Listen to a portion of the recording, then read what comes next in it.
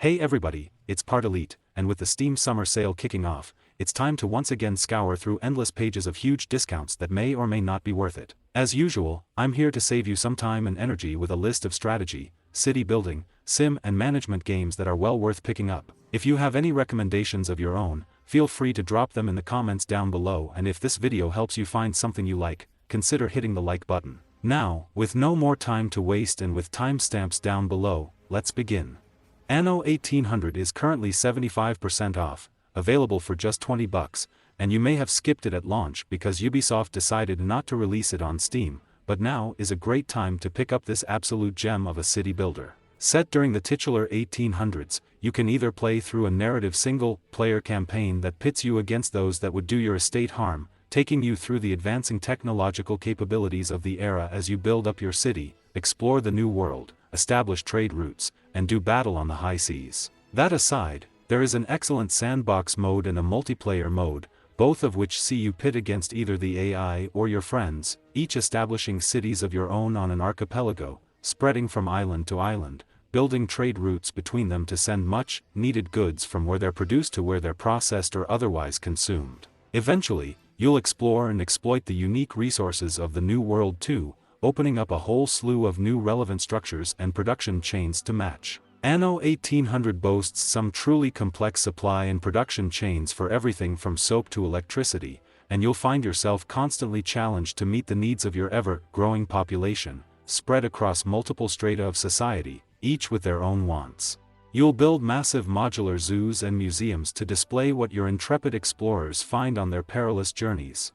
You'll establish massive fleets to move goods around and protect them from those who would do your trade empire harm. And to that end, you'll engage with pirates and other factions alike, trading goods with them at times and at others, cannon fire. Conquer and subjugate islands developed by your opponents, establish alliances to do so together or progress as a lone wolf in a time of great change. Anno 1800 remains the pinnacle of this style of city-building game, and just writing this description out makes me want to dive back into it because of just how great an experience it is start to finish.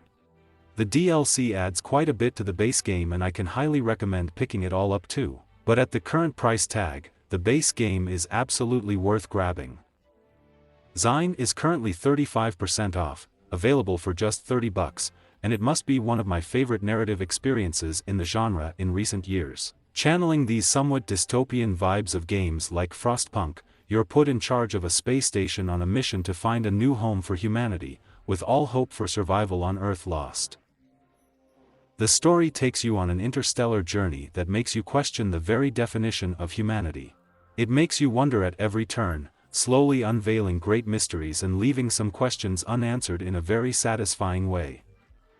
A colony management game at its core, Ixion has you establishing residential spaces, factories, refineries, infirmaries, food supplies, so on and so forth as you manage the spread of your workers and resources across multiple, separate sectors of your station. You'll balance people's happiness and trust in you as the administrator of the station. You'll try to optimize the workload across sectors, and you'll try. Well, I can't say more without spoiling some very interesting story beats. The developers have continued to make improvements to the gameplay experience based on feedback at launch, and I enjoyed the base game back then, so it's only gotten better since. Each chapter has a unique spin that keeps gameplay feeling fresh, even when you're several hours in, and I honestly cannot recommend this game enough. Warhammer 40k Chaos Gate, Demon Hunters is currently half off, available for just $26, and it's probably my favorite turn-based tactics game to come out in recent years. Prior knowledge of the Warhammer 40k universe is absolutely not essential, and I know that can turn many people away, but this time you can set those concerns aside since the game does a decent enough job of throwing you into the action, telling you who the bad guys are, and asking you to shoot. That's not to say it's a simple game, not by any stretch of the imagination. You'll be flying from planet to planet in the hopes of putting an end to a plague that's been spreading across the sector. And in your employee, you'll have a multitude of biologically modified super soldier space marines. Spread across multiple classes, they'll each have their own strengths and weaknesses, and you'll be in charge of leveling them up, requisitioning equipment for them, and kitting them out in all manner of over-the-top tools of the trade befitting the Warhammer 40k universe. The strategic layer has you performing research, unlocking new abilities, and otherwise weighing the pros and cons of each outing as you try not to get overwhelmed by escalating threats. The tactical layer introduces a bunch of interesting and fresh mechanics to the genre, and the game doesn't hesitate to kick you to the curb and keep kicking. With permadeath enabled, even for your super soldiers, the game is extremely challenging on harder difficulties especially, but not in a way that feels overtuned or joyless.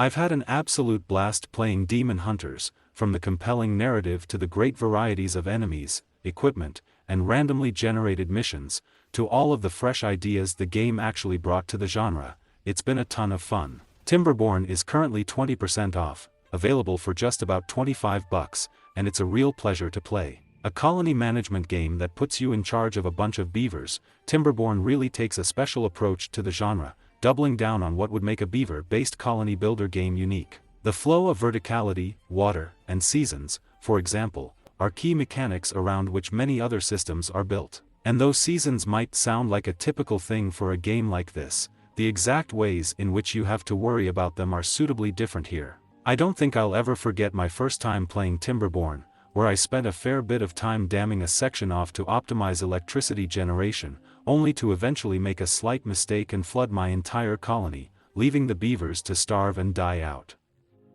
This so-called lumberpunk game is as complex as it is cute, asking you to consider tech trees and workplace management as well as the verticality of your city, the happiness of your beavers, and the supply of everything they might need or want. The game's been receiving constant updates too, with the latest major patch at the time of writing adding a significant number of new resources and buildings to allow for new types of products from coffee to canola oil, alongside new monuments and decorations as well. The way distribution of resources works is also a bit of a puzzle of its own, but the game never feels frustrating or overbearing in any way. The learning curve is perfect, the flow of updates is excellent, there are multiple factions to choose from, each with their own unique twist, and whether you're familiar with a genre or a newcomer, you're pretty much guaranteed to have a damn good time. Old World is currently 25% off, available for just $30, and it brings with it a unique twist on the Civilization, like 4X gameplay systems. Built around characters and a massive pool of events, you'll develop your nation as an individual, managing your relations with other people within your nation and foreigners alike, concerning yourself with your family tree and inheritance and the implications of assigning somebody a specific role in your court or putting them in charge of one of your armies. Even diplomacy takes place in the form of interpersonal relations. Beyond just arranging marriages and dealing with illicit affairs, you'll see opportunities come and go based on event chains and conversations in a way that I don't think I've ever seen before Old World. This isn't the only innovation here, mind you. The tech tree has a certain element of randomization to it, keeping things reasonable but interesting as far as technological progression is concerned, and orders themselves are actually a resource in a way I've never seen before. A clever way to show the bureaucratic cost of a growing empire where you only have a limited number of orders available to spread across all your armies, forcing you to think with more foresight when you find yourself at war with your neighbors or setting up for one. Internal strife is also very interestingly modeled as you try to balance the multiple families within your own nation, trying to balance who gets governorship over which city, providing benefits depending on a variety of factors, while also pondering over the political positions each are rewarded, trying to ensure none gets infuriated to the point of splintering off with the cities and units under their control, putting your reign at risk.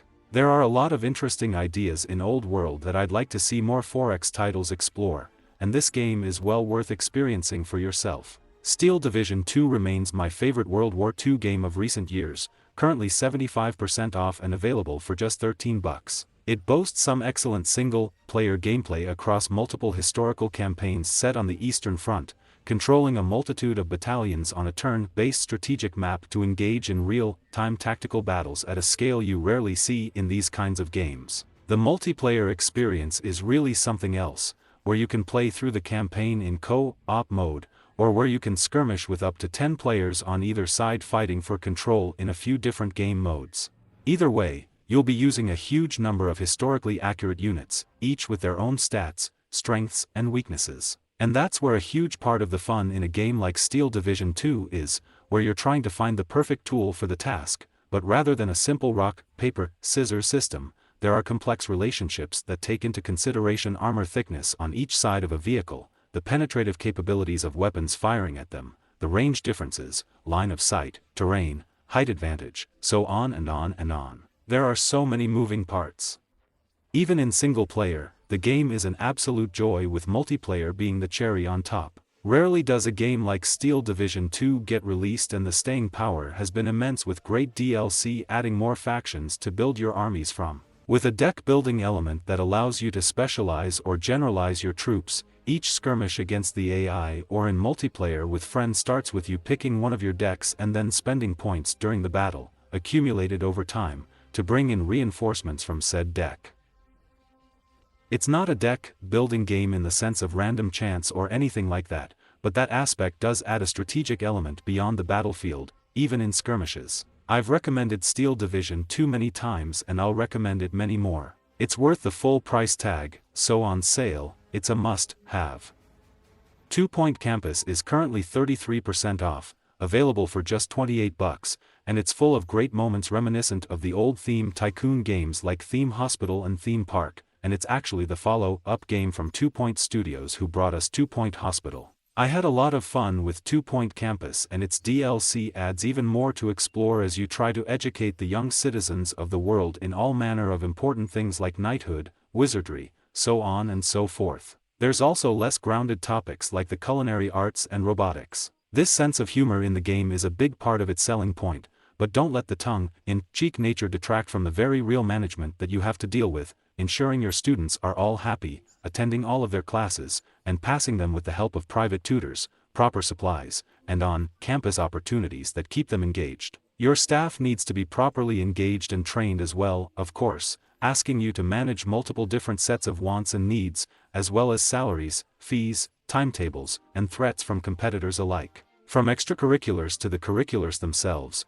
there is a lot to keep you busy and entertained, and if you like those old tycoon games from back in the day, 2 Point Campus is definitely one to try, especially at this price. Desperados 3 is currently 50% off, available for just $20, and I can't express enough how much of a steal this game is at that price. I would pay full price for it, even today, so many years after its release, because it is the pinnacle of stealth tactics gameplay. The developers, Mimimi Games, are currently developing a more fantastical stealth tactics game, so if you're one with more of an inclination towards historical settings, there's still great value here in Desperados 3. It's not about to become obsolete. As a stealth tactics game, you'll be put in charge of multiple characters, each with their own strengths and weaknesses, and you'll be charged with finding synergies between them to tackle all manner of increasingly challenging scenarios which, you guessed it, require stealth and tactical thinking. Whereas one character might be able to flirt and distract guards, another is able to set bear traps and bait enemies into them with a whistle, and another still is able to snipe distant foes or otherwise poison them. To be fair, there's a bit of fantasy here too, with one specific character who has access to literal voodoo magic, but even that doesn't break the overall experience of a great story that acts as a prequel to the Desperados series. So yes, you can play Desperados 3 without having played any of the other Desperados games, and it is well worth the time. Each level is so beautifully designed, both in terms of look and systems, and there are many ways to sneak or fight your way through them. The game does an excellent job of making you feel clever when you pull off the various challenges and optional objectives littered around the levels, and I often find myself wanting to go back and play more. I can and will always highly recommend Desperados 3. Victoria 3 is currently 20% off, available for just $48, and though it can be somewhat divisive among fans of Victoria 2 especially, and understandably so, I've enjoyed my time with it tremendously. It's a grand strategy game with a truly different take on things, set during the Victorian era, focused on the socio-political and economic strife and change that dominated the time period. You can play as one of many nations spread across the globe, from the European superpowers of the time to their business enterprises or even smaller nations struggling to hold on to their independence. While some sets of nations feel a little similar to play for the time being, the sandbox nature of the game leaves options open as you manage the prosperity of the various political interest groups in your nation, each looking to push for reforms to laws and policies that best suit their needs, willing to trigger revolutions and rebellions if allowed to grow too powerful or too upset. You'll carefully manipulate what your economy is built on, as each type of industry and building that feeds it employs different strata of society, enriching